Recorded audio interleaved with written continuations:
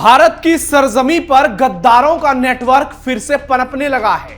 गाजियाबाद, कौशांबी और इसके बाद अब हापुड़ से सनसनीखेज खबर आई है, जो भारत में उत्तर प्रदेश में मिनी पाकिस्तान को एक्सपोज कर रहा है, जो एक खौफनाक सच्चाई को उजागर कर रहा है। हापुड़ के मुसलमान युवक का पाकिस्तानी कनेक्शन सामने आया है, जिसके बाद पूरे देश में हड़कंप मच गया है। सुरक्षा एजेंसियां हाई अलर्ट मोड में हैं। जांच में हैरान करने वाले खुलासे हो रहे हैं। टारगेट पर हिंदुओं के मंदिर और संवेदनशील ठिकाने हैं, जिसके वीडियो दुश्मन यानी पाकिस्तानियों तक भेजे जा रहे हैं। तीन जिलों से सामने आई यह तस्वीर बताती है कि कट्टर सोच किस तरह देश के भीतर देश के लिए सबसे बड़ा खतरा बनती जा रही है। ऐसे में सवाल सीधा है कि मजहबी कट्टरपंथियों के लिए मजहब देश से ऊपर हो चुका है। क्या सोशल मीडिया के जरिए कट्टरता फैलाना आसान हो गया है?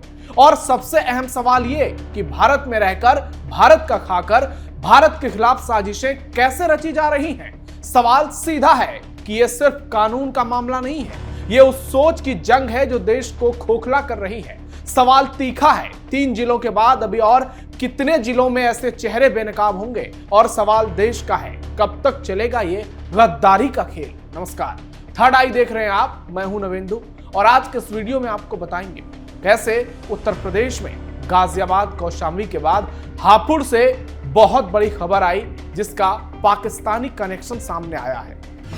भारत में खड़ी हो गई गद्दारों की फौज।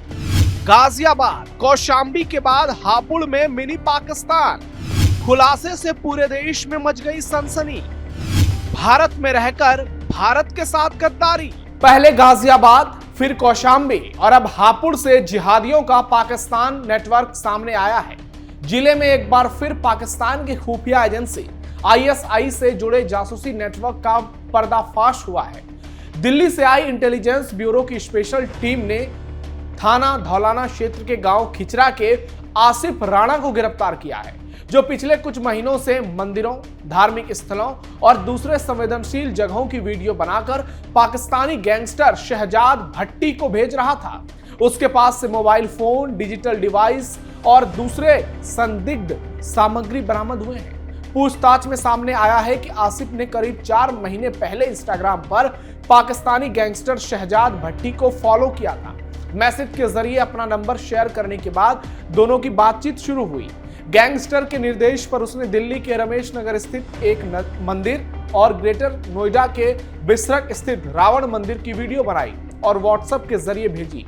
ये वीडियो संभवतः सैन्य या सुरक्षा महत्व की जानकारी जुटाने के लिए इस्तेमाल की जा रही थी। जांच में पता चला कि आसिफ गाजियाबाद में चल रही कुछ संदिग्ध आतंकी गतिविधियों के नेटवर्क से जुड़ा हो सकता है। पूछताछ से कई दूसरे नाम और संपर्क उजागर होने की संभावना नजर आ रही है, जिससे बड़ा जासूसी रैकेट पकड़ा जा सकता है।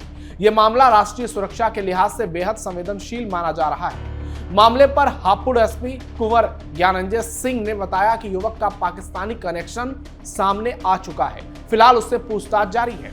IB की टीम को गुप्त सीक्रेट सूचना मिली थी कि आसिफ राणा पाकिस्तान से जुड़े संदिग्ध नंबरों पर लगातार संपर्क में था और सीक्रेट बातें शेयर कर रहा था। इसी सूचना के आधार पर IB टीम ने स्थानीय पुलिस के साथ ज्वाइंट ऑपरेशन किया और इस जिहादी को गिरफ्तार कर जेल की काल कोठरी में भेज दिया। कौशांबी के पाकिस्तानी जासूसों को भेजा गया जेल। वहीं हापुड़ से पहले कौशांबी से गिरफ्तार किए गए 6 आरोपियों को कोर्ट ने 7 दिन की पुलिस रिमांड पर भेज दिया है। अंदर की बात यह है कि पाकिस्तान में बैठे इनके आका इनमें से कुछ आरोपियों को पुलवामा भेज चुके थे और अब इन्हें लद्दाख भेजने की तैयारी कर रहे थे। इन्हें वहां पर कैमरे लगवाने थे। DCP ग्रामीण सुरेंद्र नाथ तिवारी के मुताबिक देश विरोधी गतिविधियों में लिप्त 6 संदिग्ध के नाम सावेद, जुनैद, फरदीन, इकराम, फजरू और मोहम्मद जावेद है।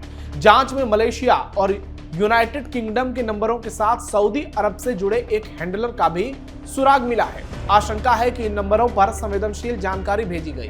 पुलिस का कहना है कि आरोपी देश भर में 50 से अधिक सोलर कैमरे लगाने की योजना में थे। महिला इरम उर्फ महक लोगों को जोड़ने का काम कर रही थी। NIA और ATS के साथ मिलकर पूरे नेटवर्क को खत्म करने की कार्रवाई जारी है। आने वाले दिनों में और बड़े खुलासे होने की संभावना जताई जा रही है। आरोपी पाकिस्तान के हैंडलरों को संवेदनशील स्थानों की लोकेशन, फोटो और वीडियो भेजते थे। इसके बाद उन्हें 5,000 से 20,000 रुपए तक दिए जाते थे। जांच एजेंसियां अब आरोपियों को उन स्थानों पर ले जाएगी जहां उन्होंने सोलर कैमरे लगाए थे या वीडियो बनाए थे। आपको बता दें कि गाजियाबाद के नाहल गांव में भी देश विरोधी गतिविधियों में लिप्त होने के आरोप में पकड़े गए आरोपियों को कोर्ट ने रिमांड पर भेज दिया है।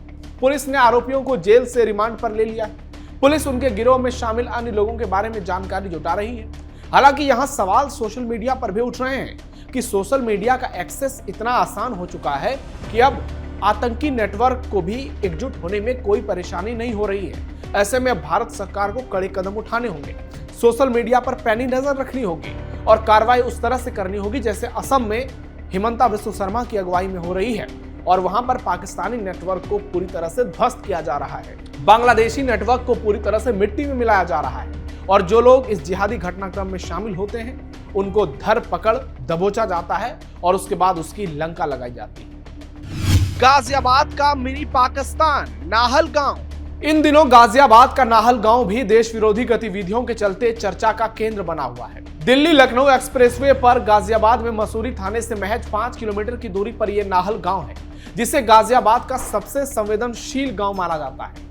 यहाँ मुसलमानों की आबादी करीब 35,000 है और ये गांव इसलिए सुर्खियों में है क्योंकि जिहादियों के इस नाहल गांव का देश विरोधी कनेक्शन सामने आया है। हापुड़ और कौशाम्बी से पहले यहाँ खुलासे हुए, जिसके बाद यूपी समेत पूरे देश में हड़कंप मच गया। बीते 12 मार्च को इस गांव में पुलिस, एटीएस और आईबी की टीम ने जैश ए मोहम्मद से जुड़े 6 लोगों को गिरफ्तार किया और इनमें मुख्य आरोपी सावेज, जिसका नाम जिहादी भी है, यही व्हाट्सएप ग्रुप के जरिए जैश से जुड़ी चीजें वायरल कर रहा था। पुलिस की कार्रवाई के बाद से गांव के करीब 50 युवक फरार हैं। कहा जा रहा है कि यह मिनी पाकिस्तान है। गांव की गलियां काफी सक्रिय हैं। 1.5 किलोमीटर चलने के बाद पुलिस को मुख्य आरोपी सावेज का घर मिला और जो कि एक छोटी सी गली में पड़ता था। यहाँ लोग खुलेआम मीडिया को धमकाते हैं, कहते हैं मीडिया से आए हो। यहाँ तो रात में पुलिस भी डर से नहीं आती। कोई फोटो वीडियोस मत बनाना। जरा सोचिए, ये हाल भारत के उत्तर प्रदेश के गाजियाबाद का है। यहाँ पर मुसलमानों की आबादी से भरा यह गांव कैसे पाकिस्तानी नेटवर्क से जुड़ा है, इस पर बहुत सारे खुलासे सामने आए हैं। यहाँ मीडिया के कैमरे को इजाजत तक नहीं है। आरोपी सावेज के परिवार के कई लोग बाहर भी रहते हैं। सावेज का एक चाचा अमेरिका में रहता है, एक चाचा एयरफोर्स में है। हालांकि अब उसका गांव से कोई लेना देना नहीं है, ऐसा दावा किया गया है। आरोपी की मां और परिवार के दूसरे लोग गिरफ्तारी के डर से घर छोड़कर फरार हैं। पूरे मामले में कुल 6 लोग अब तक जेल जा चुके हैं। ये लोग अक्सर मस्जिद और मदरसे भी जाते थे।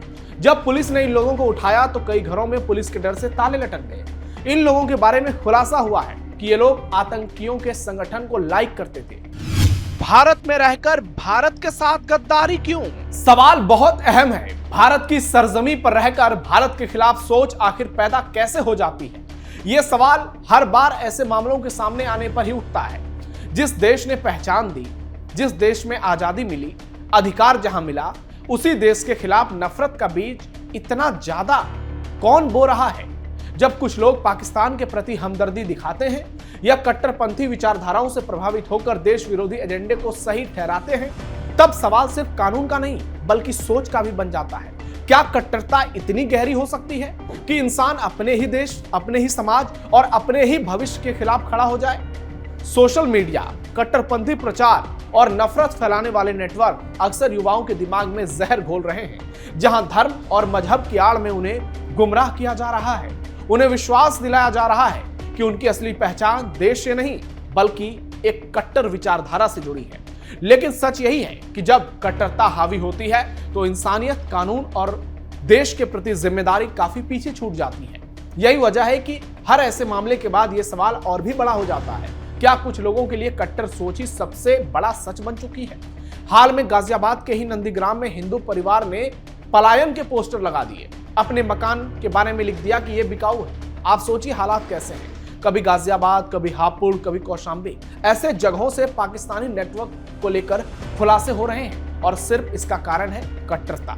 इन तमाम खुलासों के बाद अब देश के लोग काफी आक्रोशित हैं। उत्तर प्रदेश के लोग काफी गुस्से में हैं और वो मांग कर रहे हैं ऐसे लोगों के खिलाफ योगी मॉडल के तहत एक्शन। इनका इलाज बुलडोजर और एनकाउंटर से होना चाहिए, वरना ये लोग भारत को खोखला कर देंगे, भारत को तबाह कर देंगे, भारत को बर्बाद कर देंगे।